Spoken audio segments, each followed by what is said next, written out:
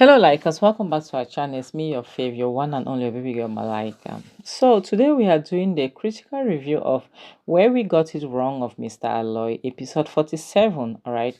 So it begins where Munachi, the last episode 46, ended where Ejike got kidnapped. So episode 47 begins where Munachi, based on the fact that she passed out, now she has regained consciousness and she's in shock. She woke up, she's in shock, and she screamed her lungs out, and her mom, her friends, they just ran to her.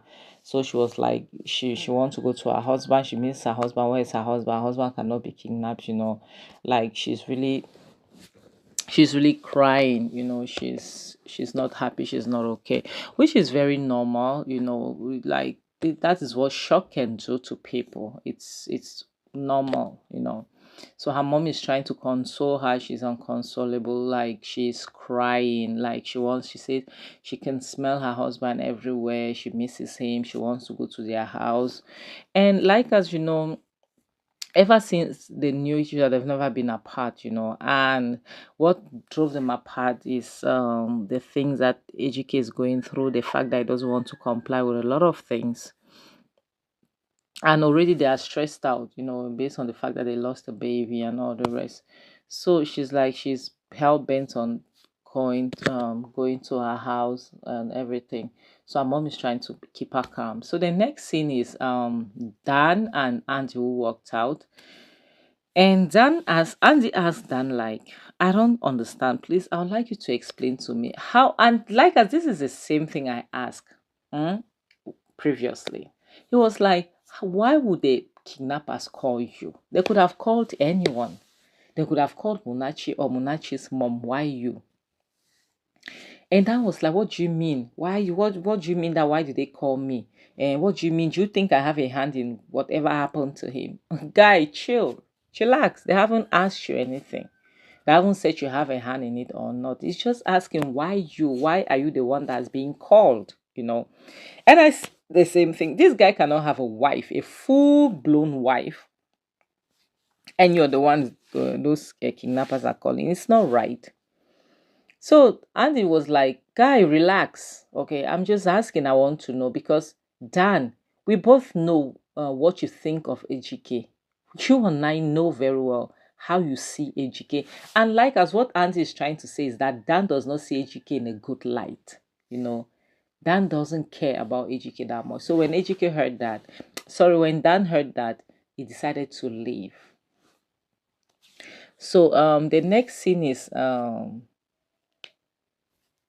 Chingu that is sitting alone, like in Monachi's house. She's sitting alone. Um like she's checking her phone, and Monachi's mom was upstairs, like she was coming downstairs. She saw her, she was checking, like busy checking her phone.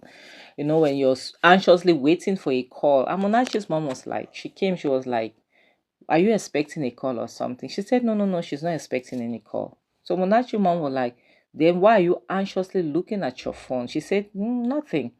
And she was like, do you miss your brother? She was like, why? Me? What? Never. Monachi's mom was like, siblings, the hatred between siblings, it's usually superficial. It's not in the blood. You miss your brother, and nothing will happen if you say so. And it's true, rather than sitting there wallowing, doubting what's going on, why don't you go to his house? Go like the others, go be with them. Go check, if your brother, go, like, just go because you are stressed out. So she was like, are you sure? Are you sure? Munachi's mom was like, yeah, I'm sure.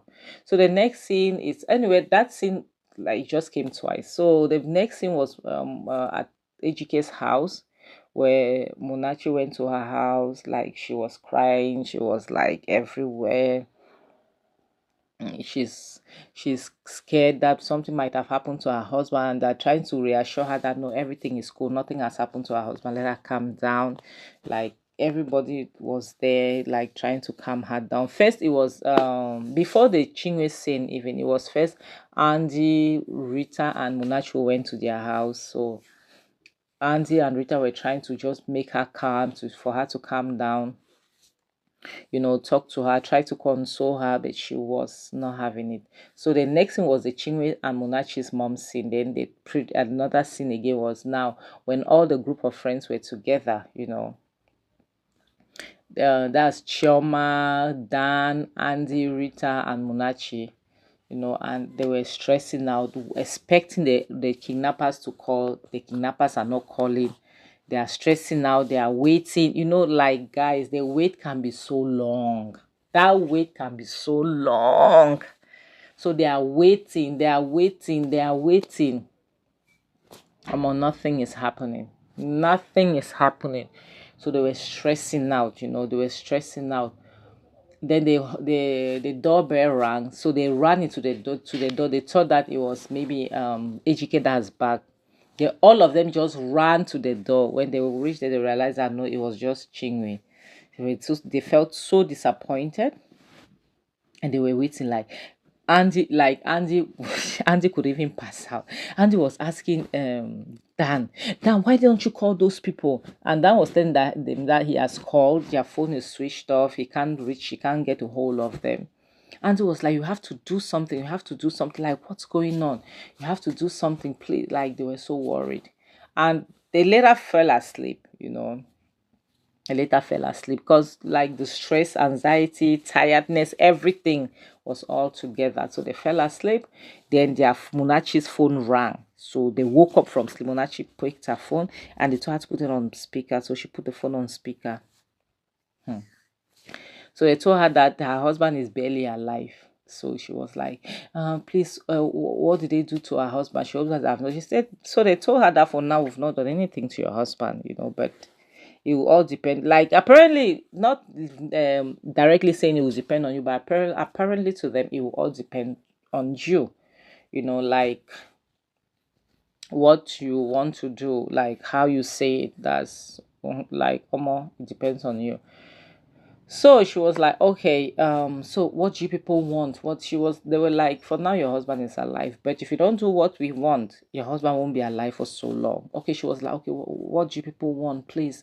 What is it? What do you want? So they said they give her 5 days. No, they said they want the sum of 100 million naira. Hey, she screamed.